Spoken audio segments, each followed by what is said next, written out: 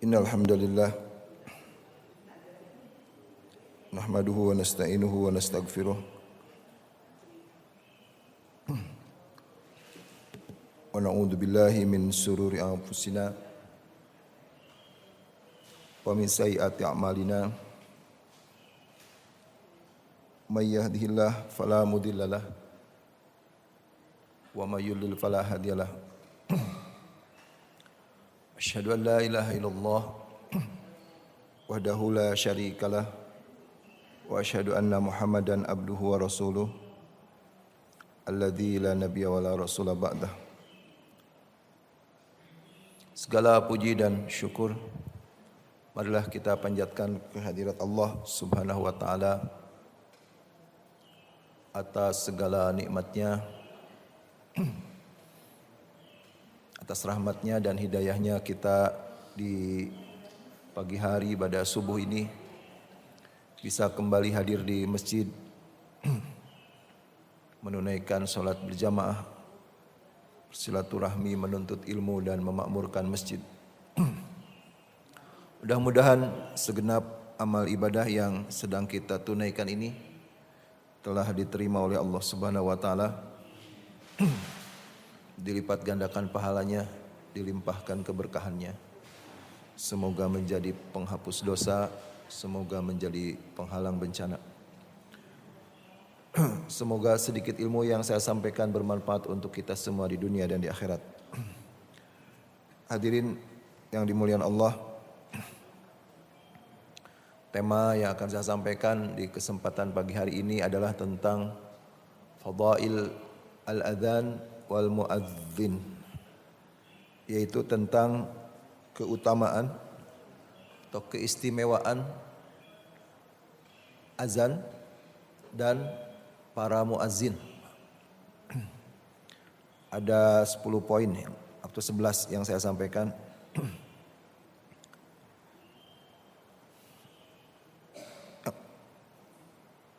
Karena cukup banyak dan waktunya singkat, mari kita mulai saja.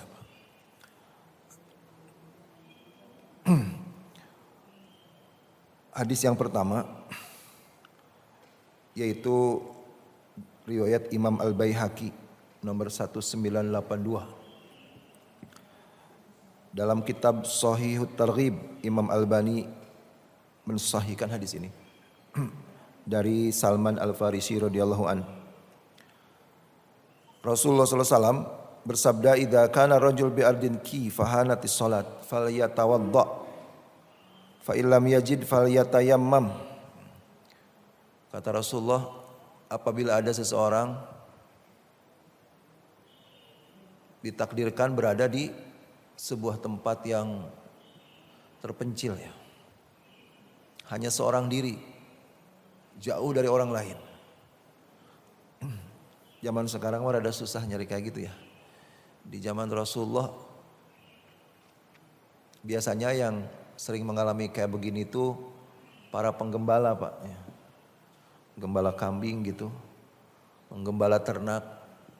Biasanya mereka membawa ternak itu dari pemukiman, ya, dibawa ke puncak gunung atau bawa ke lembah karena mencari yang ada rerumputan, ada pepohonan, biar dedaunannya dimakan sama ternak itu gitu. Biasanya tuh perginya pagi, pulangnya sore gitu. Sehingga ada waktu duhur, ada waktu sholat di mana penggembala ini lagi sendirian di puncak gunung, jauh dari manusia. Nah, ini maksudnya ardin qi, tempat yang terpencil. Kata Rasulullah, kalau ditakdirkan ada seseorang sedang kondisi seperti itu, jauh, hanya seorang diri, jauh dari manusia lain itu, datanglah waktu sholat, maka wudhulah seandainya ada air. Gitu. Kalau nggak ada air, tayamumlah. Gitu. Kemudian Rasulullah melanjutkan, fa in aqama shallamahu malakah. Kalau dia mau sholat maka qomat gitu. Karena dengan qomatnya itu dia jadinya nggak sholat sendirian. di belakangnya bermakmum 2 malaikat. 2 malaikat siapa? Nggak disebutin di sini. Barangkali malaikat Raqib sama Atid di belakang. Ikut sholat 2 malaikat. 2 malaikatnya, malakah.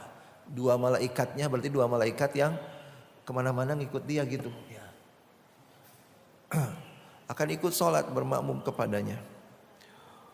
Kemudian wa in adzana wa aqama. Nah, apabila dia sebelum sholat itu, meskipun sholatnya sendirian ya, dia azan, dia qomat gitu. Makanya ini berarti meskipun sholat sendirian, maka dia sunahkan itu untuk tetap azan, tetap qomat ketika kita lagi sendirian di suatu tempat. Apabila dia mau sholat, meskipun dia sendirian, dia azan, dia qomat, maka shalla khalfahu min junudillah ma la yura tarfah. Maka dengan azannya itu dan qomatnya itu akan sholat bersamanya tentara Allah yang sangat banyak, yang sampai ujung sapnya saja nggak bakalan kelihatan gitu. Ya disayang. Jadi seandainya mata dia dibikin tembus melihat sosok malaikat, maka dia akan melihat di belakangnya malaikat sholat sangat banyak sampai ujung sapnya ke kanan, ke kiri, ke belakang nggak kelihatan. Ada nggak masjid kayak gitu Pak, ujung sapnya nggak kelihatan? Kalau sholat di Masjidil Haram juga kita nengok ke belakang kelihatan ujung sapnya. Ini mah nggak kelihatan ujung sap. Saking banyaknya. Akan sholat bersamanya tentara Allah. Tentara Allah di sini maksudnya para malaikat. Maka dari hadis ini keistimewaan pertama dari azan itu adalah dengan azan maka para malaikat yang tak terhitung jumlahnya ikut sholat berjamaah. Maka saya yakin karena hadis ini sahih Pak, nggak ada yang mendhaifkan hadis ini. Saya yakin tadi kita sholat cuma 2 saf ya kalau nggak salah ya. Tapi karena kita azan, karena ada yang azan, ada yang qomat, maka sesungguhnya yang sholat itu nggak kehitung itu. Ya. Seandainya kita bisa melihat malaikat akan kelihatan ke kanan, ke kiri, ke belakang, sapnya nggak kelihatan ujungnya itu. Apa keberkahannya kalau kita sholat seperti itu? Ya. Ada 2 keberkahannya itu. Ketika yang sholat itu sangat banyak. Ketika kita sholat berjamaah dengan jumlah makmum yang sangat banyak. Keutamaannya apa? Satu hadis riwayat Imam Bukhari Muslim, Rasulullah bersabda, "Sholatul rajul ma'ar rajul azka min sholatihi wahdah, wa sholatul rajul ma'ar rajulain azka min sholatihi ma'ar rajul, wa sholatul rajul ma'ar thalatha azka min sholatihi ma'ar rajulain, fama kana akthar fahuwa ahabu ilallah." Barang siapa sholat berjamaah berdua, maka jauh lebih istimewa sholatnya itu dibanding yang sendirian. Apabila sholat berjamaah bertiga, maka jauh lebih istimewa sholatnya itu dibanding yang berdua. Apabila sholat berempat, maka jauh lebih baik sholatnya itu dibanding yang sholat berjamaah bertiga. Semakin banyak jumlah jamaahnya sholat itu, maka semakin sholat itu dicintai oleh Allah. Semakin lebih dicintai oleh Allah. Itu ya.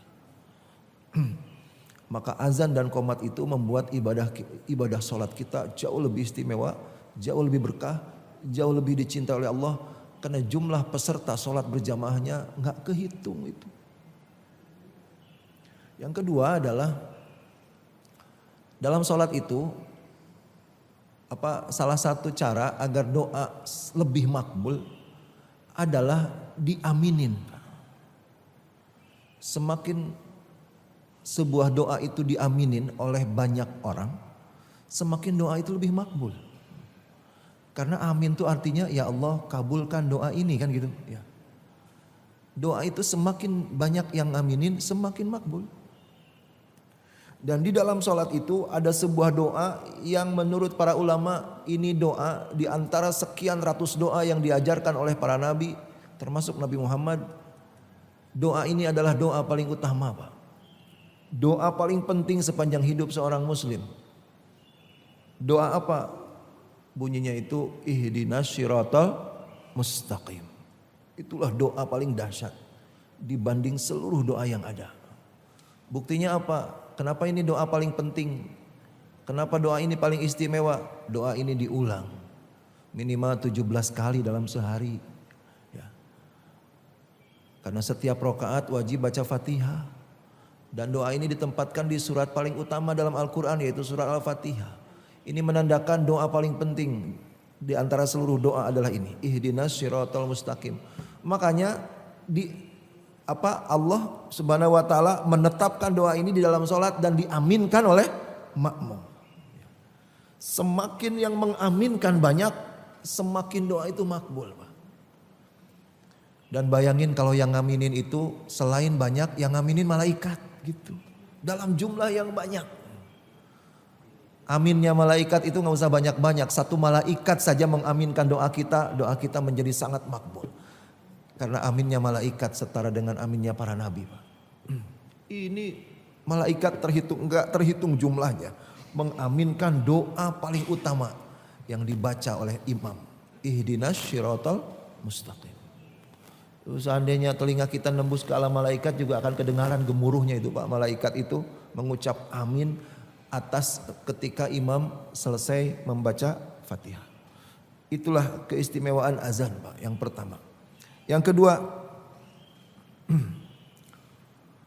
hadis di kitab di Sahih An-Nasa'i juga disahihkan oleh Imam Albani nomor 645 dari Al-Bara bin Azib radhiyallahu anhu. Rasulullah SAW bersabda,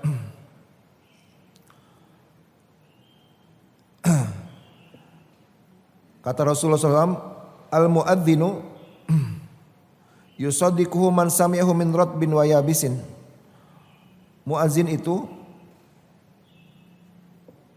azannya dibenarkan, maksudnya dijawab, ini maksudnya oleh semua makhluk, baik makhluk hidup maupun makhluk mati.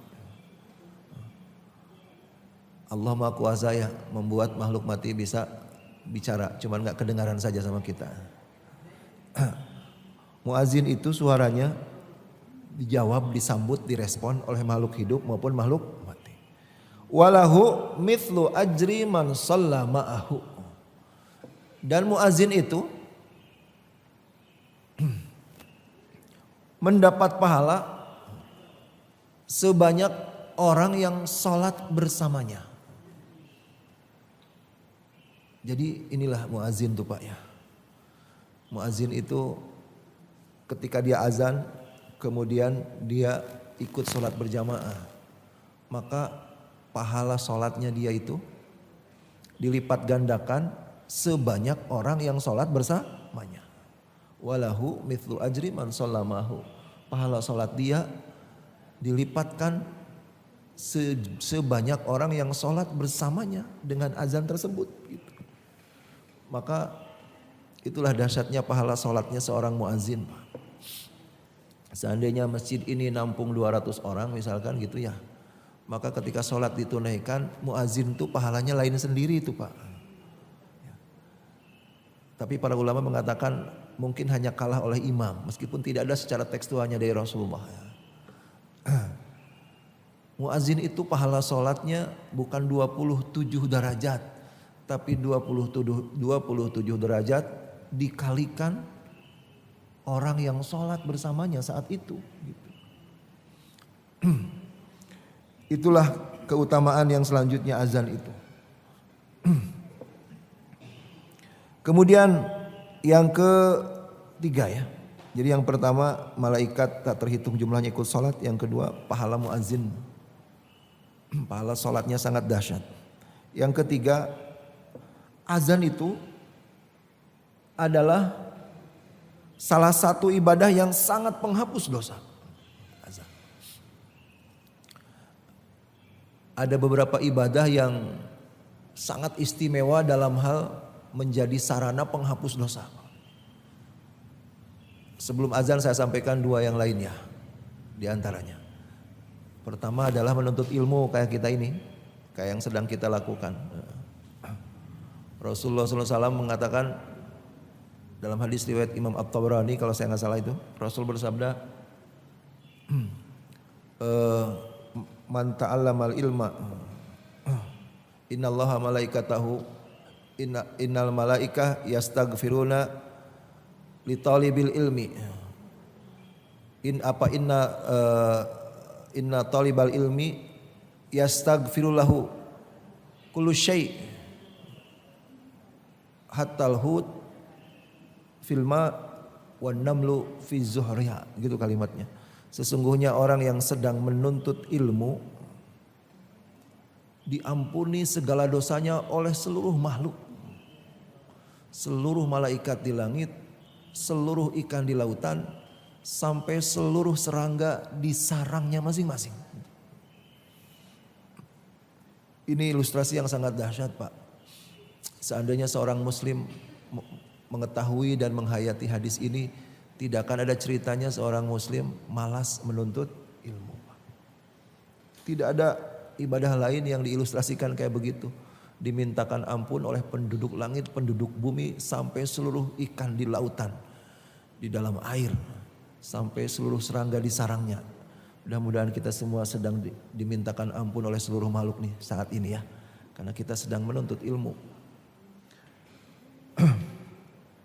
Yang kedua, ibadah yang sangat spesial menjadi sarana penghapus dosa. Karena ketika kita lakukan, ada makhluk yang sangat banyak yang memohonkan ampun atas dosa-dosa kita karena ibadah itu. Gitu. Yang kedua adalah menengok orang sakit. Man ada maridon, man ada maridon arsalallahu lahu sab'ina alfa malak yastaghfiruna lahu, kata Rasulullah. Barang siapa menengok orang sakit, man ada maridon musbihan, barang siapa nengok orang sakit di pagi hari, arsalallahu lahu sab'ina alfa malakin yastaghfiruna lahu hatta yumsya. Barang siapa nengok orang sakit di pagi hari, maka Allah mengerahkan 70.000 malaikat. Yastaghfiruna lahu, memohonkan ampun atas dosa-dosanya dari pagi sampai sore. Meskipun nengoknya kan gak dari pagi sampai sore, Pak. Ya. Nengok paling juga sebentar. Tapi malaikat dikerahkan Allah 70.000 malaikat. Memohonkan ampun atas dosa-dosanya dari pagi sampai sore. Itu hadisnya dari Ali bin Abi Thalib radhiyallahu anhu. Itu dua ibadah yang sangat istimewa sebagai sarana penghapus dosa. Satu lagi hadis ini, Bu, tentang azan. Dalam hadis An-Nasai 645 dari Abu Hurairah, Rasulullah SAW bersabda, al-muadzinu yughfaru lahu bimaddi sautih. Artinya itu muazin itu diampuni dosanya sejauh jangkauan suara azannya gitu. Muazin itu akan diampuni dosa-dosanya sejauh jangkauan suara azannya. Ini maksudnya apa gitu ya? Muazin akan diampuni dosanya sejauh jangkauan suara azannya. Saya baca penjelasan para ulama di beberapa sumber ya, di antaranya dalam kitab Subulus Salam Imam As-San'ani. Ada paling tidak yang paling banyak diungkapkan oleh para ulama penjelasan dari hadis ini ada dua ya. Muazin diampuni dosanya sejauh jangkauan suara azannya. Jadi artinya itu muazin itu seorang yang mengumandangkan azan, seandainya dia punya dosa sangat banyak, segitu banyaknya sampai kalau catatan dosanya dideretkan akan sejauh jangkauan suara azannya ke segala arah gitu. Maka dengan sekali azannya itu hapus itu dosa. Kebayang gak tuh, Pak? Sedangkan jangkauan suara azan apalagi pakai toa begini. Sono berapa? Sono berapa? Sono berapa? Sono berapa?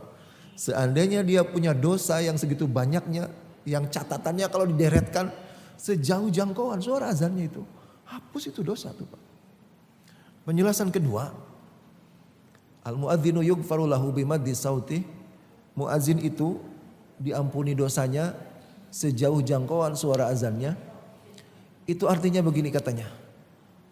Seandainya muazin itu punya banyak sekali dosa, yang saking banyaknya seandainya dosanya dihamparkan gitu, Seandainya dosanya dihamparkan di permukaan bumi, maka memenuhi radius jangkauan suara azannya. Kira-kira dengan toa ini radius jangkauan suara azan berapa ratus meter Pak? Kira-kira ada 1 kilometer? Mungkin ya 1 kilometer ya. 1 kilometer atau 500 meter lah taruh. 500 diameter 500 meter. Seandainya dosanya muazin dihamparkan menutupi wilayah seluas diameter 500 meter persegi gitu. Ya. Maka hapus itu dosanya Pak. Diampuni oleh Allah. Inilah penjelasan para ulama tentang kalimat al-muadzinu yughfaru lahu bimaddis sauti. Muazin akan dihapuskan dosanya sejauh jangkauan suara azannya. Makanya ini syarat Pak, bahwa azan itu mesti jauh jangkauannya. Ya. Bagaimana agar azan itu jangkauannya jauh gimana? Harus keras gitu. Makanya bertolak belakang ya. Bertolak belakang di negeri kita itu.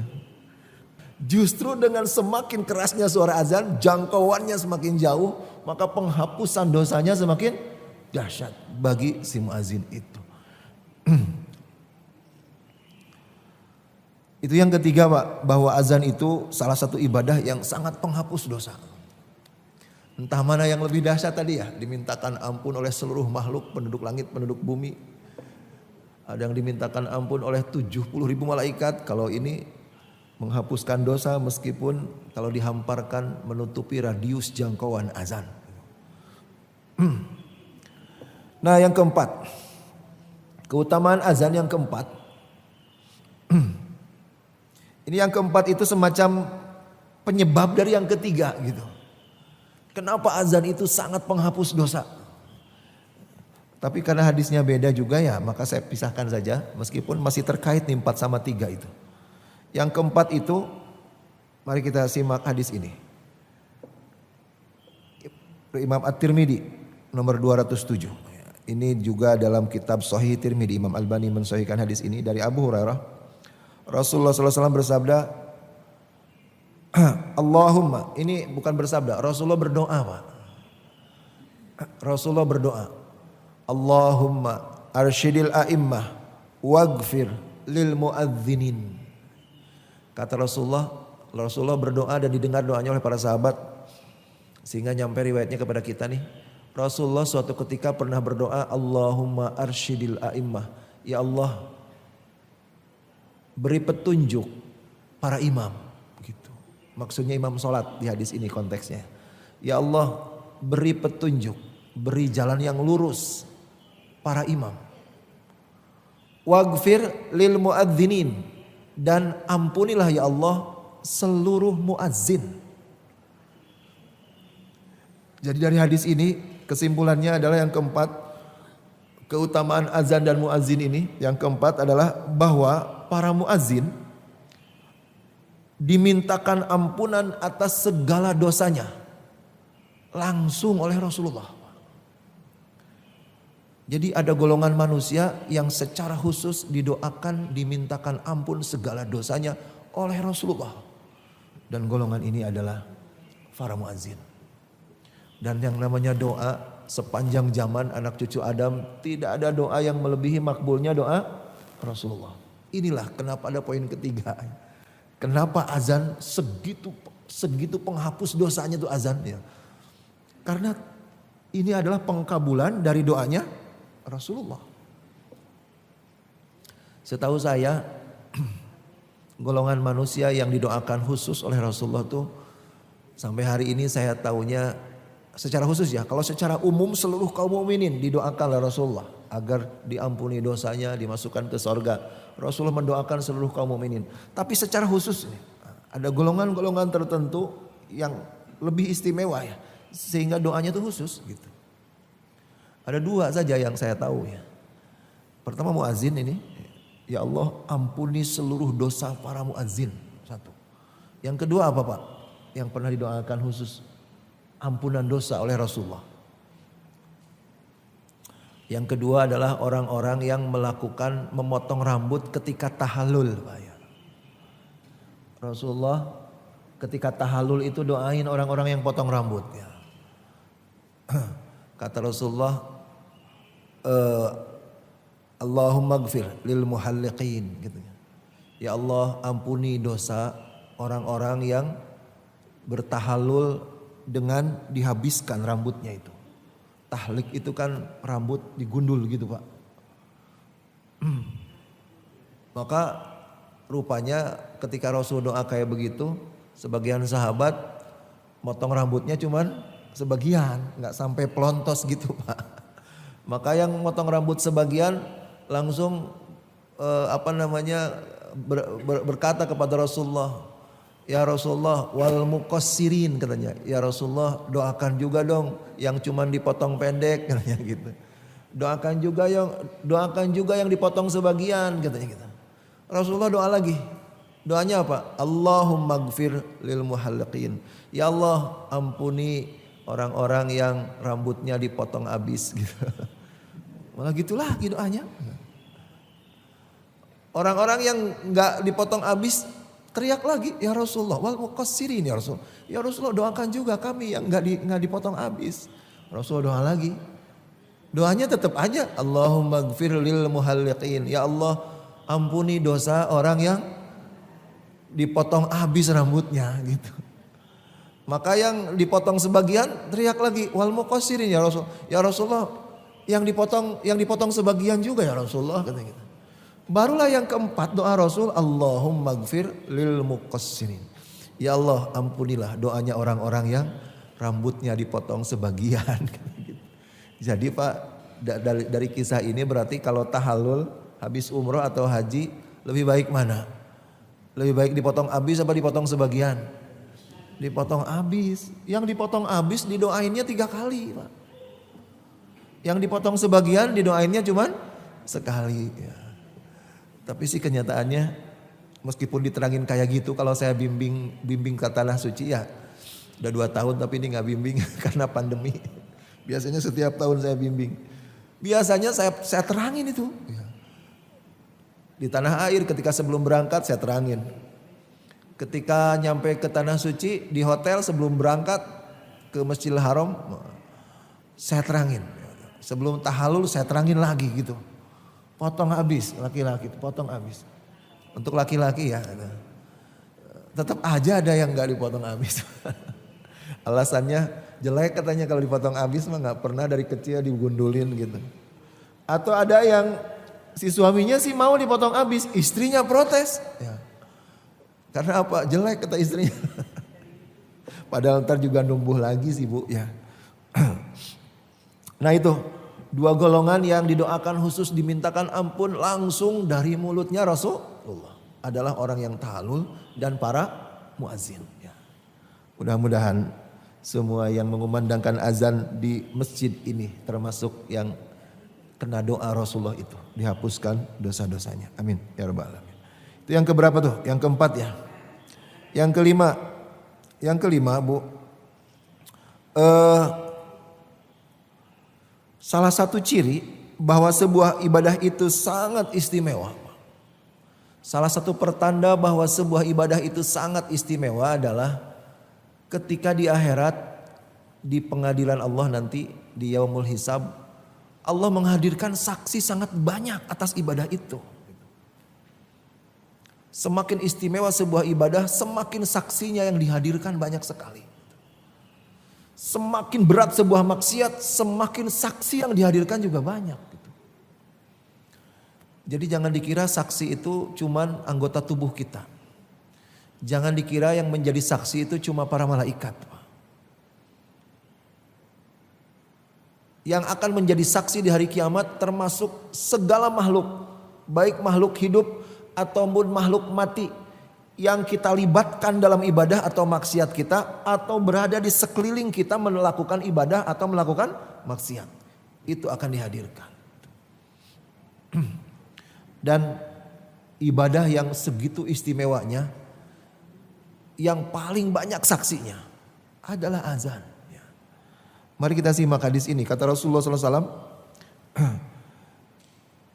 idza kunta fil bawadi farfa sautaka bin nida fa inni sami'tu Rasulullah sallallahu alaihi wasallam yaqul la yasma'u sautahu syajar wala madar wala hajar wala jin wala ins illa syahida lahu.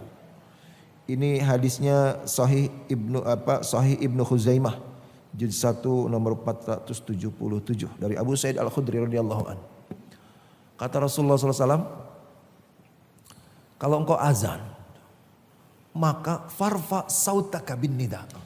Kalau engkau azan, keraskan sekeras-kerasnya suara azanmu.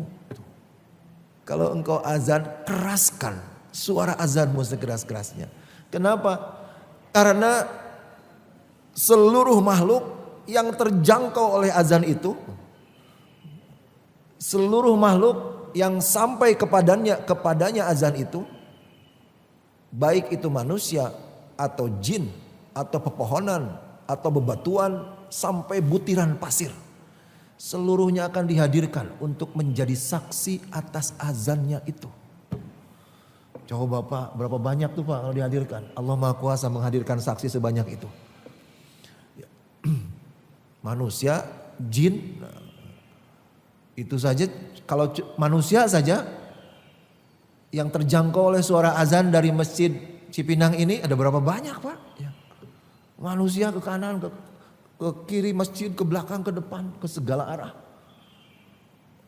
Bukan cuma manusia, seluruh manusia, jin, pepohonan, bebatuan, butiran pasir yang terjangkau oleh suara azan itu akan dihadirkan oleh Allah menjadi saksi atas azan itu nanti di hari kiamat. Ini juga informasi bahwa azan itu harus keras Pak. Hadirin yang dimuliakan Allah, itu yang keberapa Bu? Ibadah yang paling banyak saksinya di hari kiamat adalah azan. Itu catatannya yang kelima. Yang keenam, para muazin itu oleh Allah Subhanahu wa taala akan dimuliakan di hari kiamat. Ini juga pertanda bahwa sebuah ibadah itu sangat mulia. Pertanda bahwa sebuah ibadah itu sangat mulia di antaranya adalah ketika pelakunya di hari kiamat dikasih tanda di fisiknya.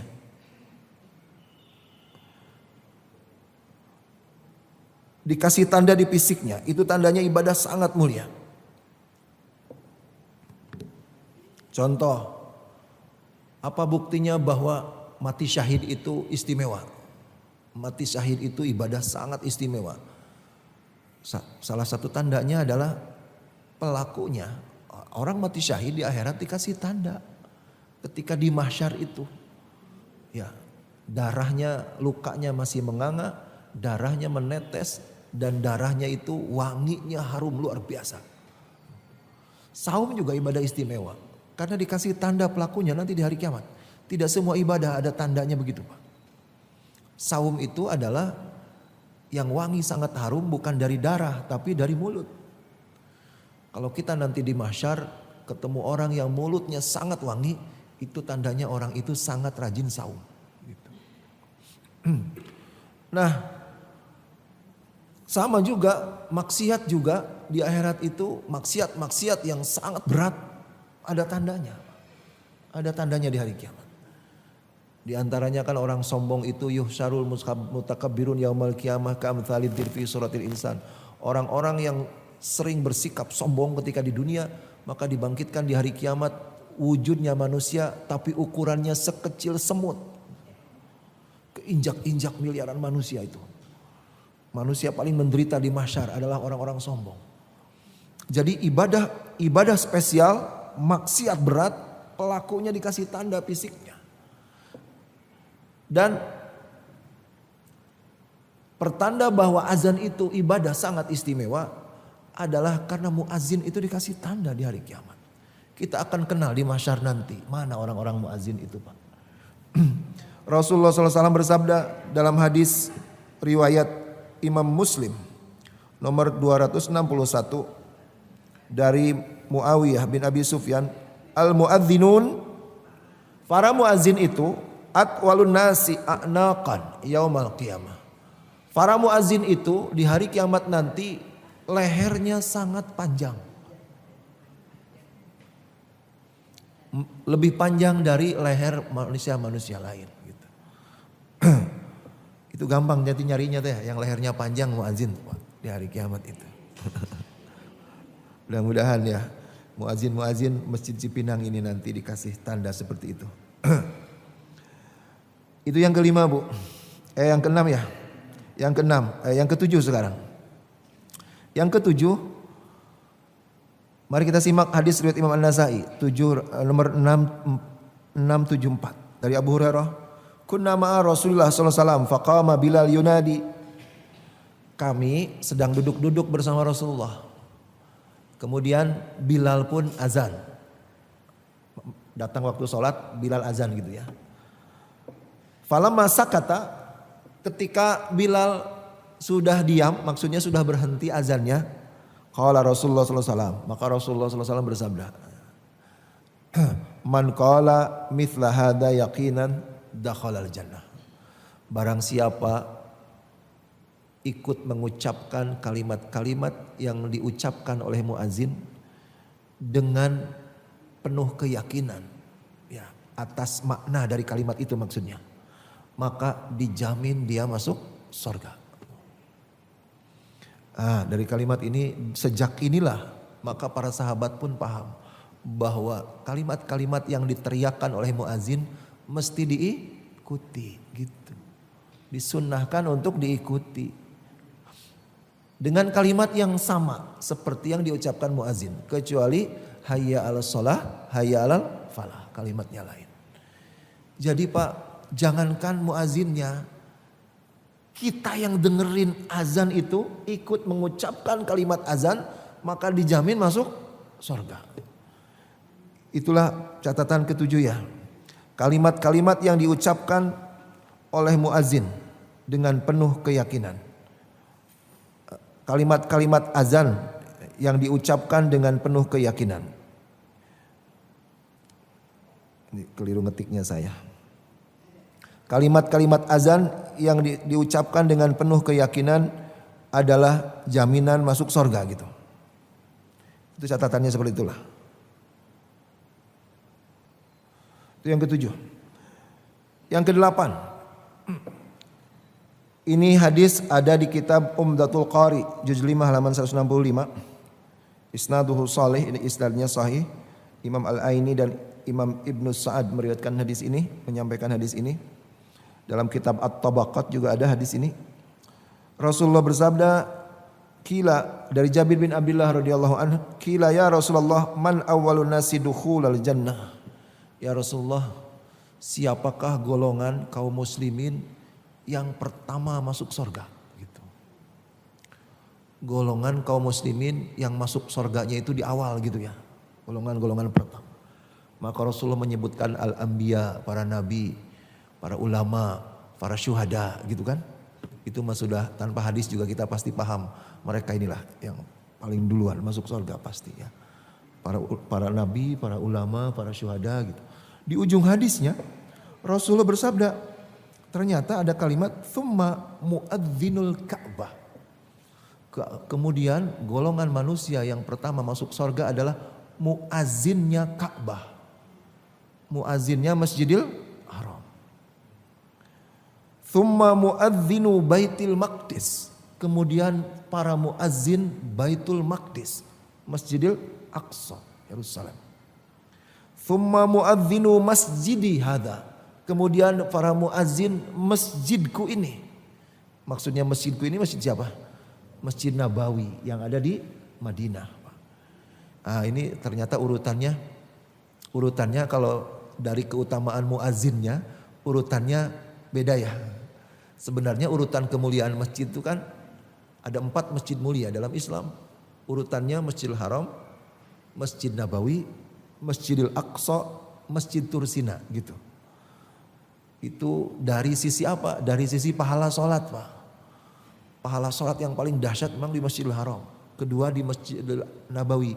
Yang urutan ketiga di Masjidil Aqsa kan gitu. Di Masjidil Haram satu sholat setara 100.000 sholat.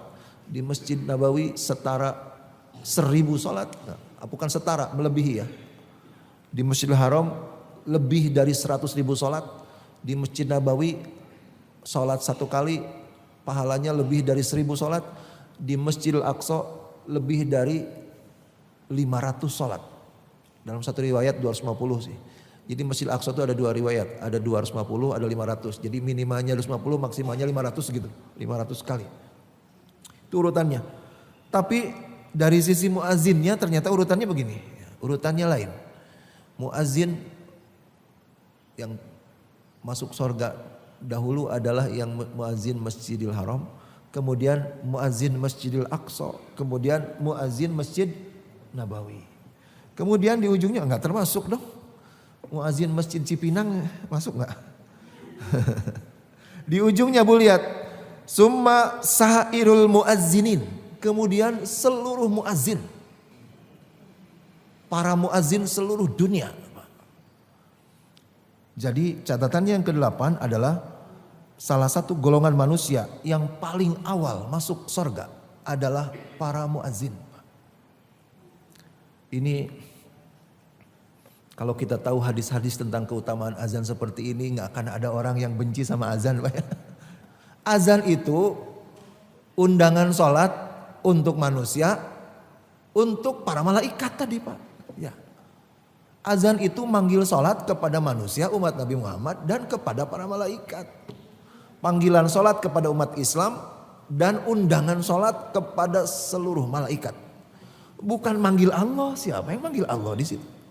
Orang dari kalimat-kalimatnya aja nggak ada manggil Allah itu. Mudah-mudahan ya muazin termasuk muazin Masjid Cipinang, termasuk yang paling awal masuk surga. Amin ya rabbal alamin. Kemudian yang ke-9 ya Bu ya. Ya 2 lagi nih.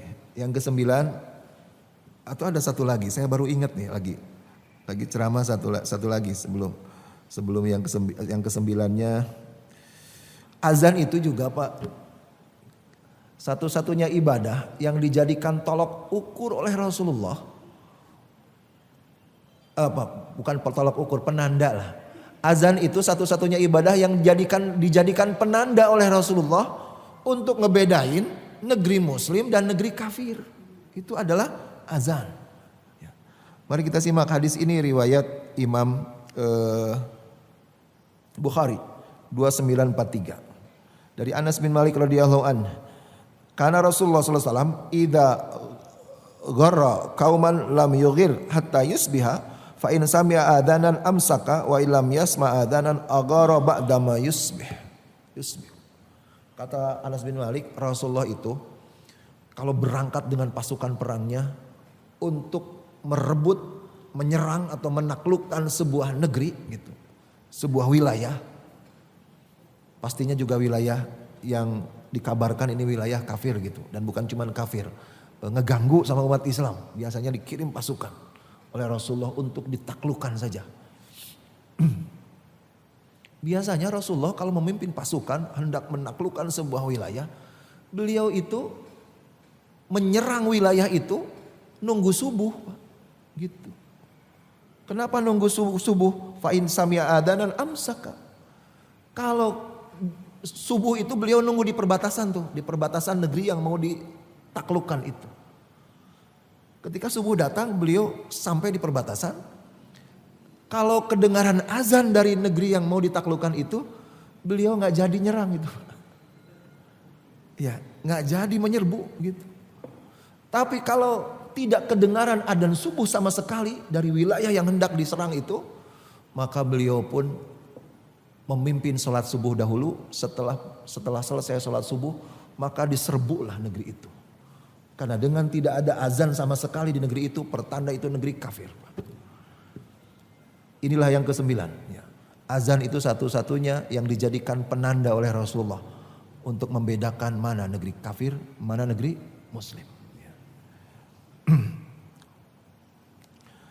Yang ke-10, ibadah yang paling dibenci setan adalah azan. Gitu. Hadis Sahih Bukhari 608, Rasulullah bersabda dari Abi Hurairah, anna Rasulullah SAW qala idza nudiya lis salat adbara syaitan walahu durat hatta la yasma' at-ta'din fa idza qada nida aqbala. Rasulullah bersabda, apabila azan dikumandangkan, maka sebanyak apapun setan di sekitar azan itu akan melarikan diri, Pak. Akan lari menjauh. Sambil lari menjauh, sambil mengeluarkan suara buang angin yang sangat keras untuk menandingi suara azan itu. Tapi apabila azan selesai, dia balik lagi tuh. Ya. Wa idza thuwiba lis-shalat adbara. Apabila qomat dikumandangkan, si setan-setan itu lari lagi menjauh. Apabila qomatnya selesai, dia balik lagi gitu ke masjid. Hadis ini, informasi salah satunya dari para ulama adalah, apa ini maksudnya? Ini Rasulullah menginformasikan bahwa setan itu sangat benci sama azan. Gitu. Jadi ibadah yang paling dibenci setan adalah azan. Ada nggak ibadah lain yang sampai setan saking bencinya pergi menjauh gitu, ada nggak Pak?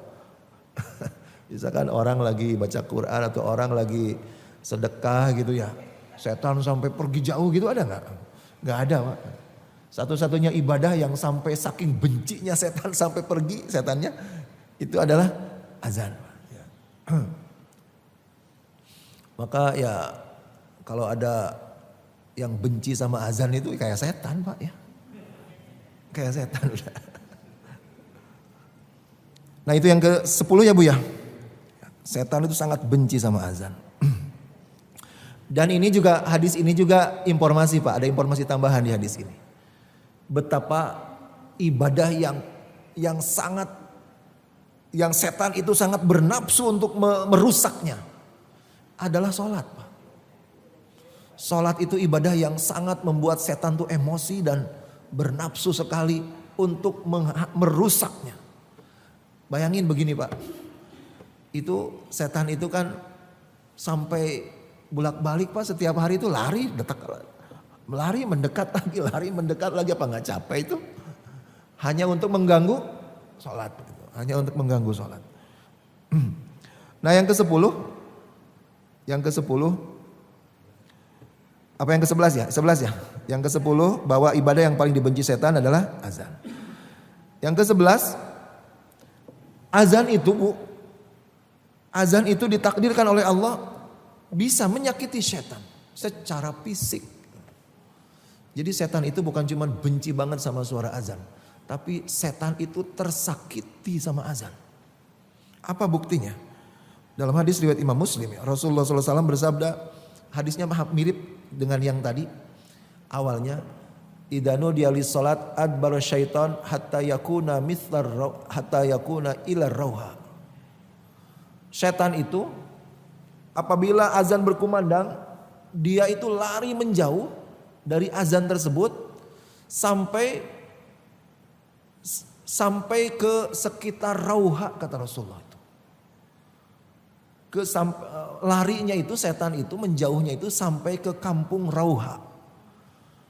Seorang sahabat nanya, Rauha itu di mana? Sahabat nanya ke Anas bin Malik, Rauha itu di mana? Kapan? Di mana itu? Rauha itu sitatu wa thalathina milan minal Madinah. Kampung Rauha itu adalah sekitar 36 mil dari kota Madinah, Pak. Jauh nggak? 36 mil dari kota Madinah. Maka dari hadis ini Pak, setan itu sangat mungkin ya, dialah melarikan diri ketika mendengar azan, bukan hanya karena benci sama kalimat-kalimat azan itu. Kenapa? Kalau sekedar benci saja kan cukup tutup telinga Pak ya. Apalagi dia bisa ngeluarin suara buang angin yang sangat keras menandingi suaranya azan, kan cukup begitu. Kalaupun lari Pak, nggak usah 36 mil juga. Memangnya azan jangkauannya, apalagi di zaman Rasul pakai toa begitu ya? Nggak pakai toa, apakah sampai 36 mil gitu?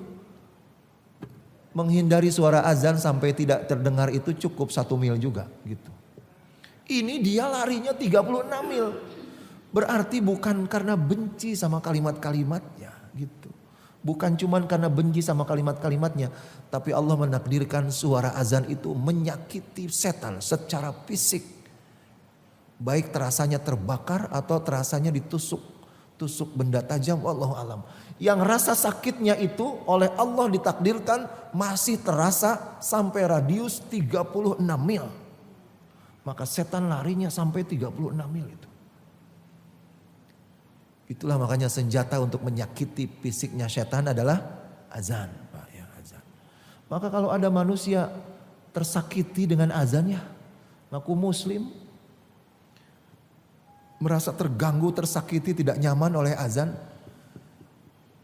ada beberapa kemungkinan. Kemungkinan pertama, ini orang kerasukan setan, Pak. Ya. Karena hanya setan yang merasa terganggu, bahkan tersakiti sama azan. Maka solusinya harus diruqyah, Pak, itu. Kalau diruqyah nggak sembuh juga, berarti dianya sendiri udah setan gitu. Karena setan itu ada setan jin, setan manusia gitu. Bukan kerasukan, karena memang dianya saja udah setan sebenarnya gitu. Apalagi, Pak, ya sebenarnya begini, kalau benci sama syariat Islam itu kan itu termasuk maksiat muhbitul a'mal. Hati-hati tuh. Jangan pernah kita ada satu saja syariat Islam yang kita benci, Pak. Satu saja syariat Islam kita benci, baik azan, baik sholat, baik jilbab atau apapun, maka seluruh ibadah kita jadi sia-sia itu. Segala pahala ibadah kita rontok itu, Pak. Dalilnya ada di surat Muhammad ayat 9. Dzalika bi annahum karihu ma anzalallah fa ahbata amalahum. Karena mereka membenci ajaran yang diturunkan Allah, maka sia-sialah seluruh amal ibadah mereka. Orang kalau membenci satu saja syariat Islam, maka mau berapa ribu kali hatam Quran, mau berapa ribu hari saum Ramadan, mau berapa ribu hari saum sunnah, mau berapa ribu kali bolak-balik ke masjid, sia-sia itu. Seluruh ibadahnya rontok, Pak. Itu ayat dalilnya surat Muhammad ayat 9. Dzalika bi annahum karihu ma anzalallah fa ahbata a'malahum. Karena mereka membenci ajaran yang diturunkan Allah, maka sia-sialah seluruh amal mereka. Apalagi kalau kebencian itu memuncak sedemikian dalamnya sampai keluar dari mulut ungkapan pelecehan gitu. Seseorang yang terungkap dari mulutnya pelecehan terhadap syariat Islam, kan itu pertanda kebenciannya sudah memuncak itu, Pak. Orang kalau sudah melecehin seperti ini, pernah saya terangkan ya, ini namanya dosa, namanya istihza. Istihza itu adalah pelecehan, penistaan terhadap sesuatu yang disakralkan dalam ajaran Islam. Itu namanya istihza. Kalau sekedar membenci tanpa melecehkan, konsekuensinya sudah seberat itu. Seluruh ibadah hapus, seluruh pahala rontok. Kalau sampai melecehkan, ini mah bukan lagi muhbitul a'mal, maksiat yang merontokkan amal soleh, tapi ini mah sudah nawakidul iman, dosa besar yang termasuk pembatal keimanan. Imannya batal. Itu dalilnya di surat At-Taubah ayat 65-66. Allah berfirman, a'udzubillahi minasyaitonir rajim, qul abillahi wa ayatihi wa rasulihi kuntum tastahzi'un. Katakan Muhammad kepada mereka, kalian menghina Allah, menghina Rasul, melecehkan kitab suci. La ta'tadiru, kalian gak usah minta maaf. Qad kafartum ba'da imanikum, sungguh kalian telah kafir setelah kalian beriman. Coba kalimatnya tuh. Qad kafartum, sungguh kalian telah kafir. Maka dari kecil kita suka diajarin pembatal saum, pembatal sholat, pembatal wudhu. Cuman kurang diajarin tentang pembatal iman, Pak. Ada beberapa maksiat sangat berat yang kalau dilakukan batal iman, murtad itu. Ya. Nggak cukup taubat, harus syahadat lagi. Ya. Orang yang melecehkan ajaran Islam. Mudah-mudahan semua yang melecehkan syariat Islam di negeri kita, mudah-mudahan dikasih hidayah oleh Allah Subhanahu wa taala. Seandainya tidak ditakdirkan tidak dikasih hidayah, mudah-mudahan diciduk dan dihukum seberat-beratnya. Amin ya rabbal alamin. Itu saja yang bisa saya sampaikan, Pak. Terima kasih atas perhatiannya. Ada yang bertanya? Cukup jelas yang saya sampaikan, Pak. 11 keistimewaan azan. Cukup ya. Mudah-mudahan bermanfaat. Mudah-mudahan Allah tetap menyayangi negeri kita. Karena meskipun dengan segala pelecehan itu di negeri kita masih banyak kaum muslimin. Bahkan negeri kita adalah negeri muslim terbesar di dunia. Mudah-mudahan keberkahan dan ampunan Allah tetap dilimpahkan ke negeri kita. Amin ya rabbal alamin. Rabbana dzalamna anfusana wa illam taghfir lana wa tarhamna lanakunanna minal khasirin. Rabbana atina fid dunya hasanah wa fil akhirati hasanah wa qina adzabannar. Assalamualaikum warahmatullahi wabarakatuh.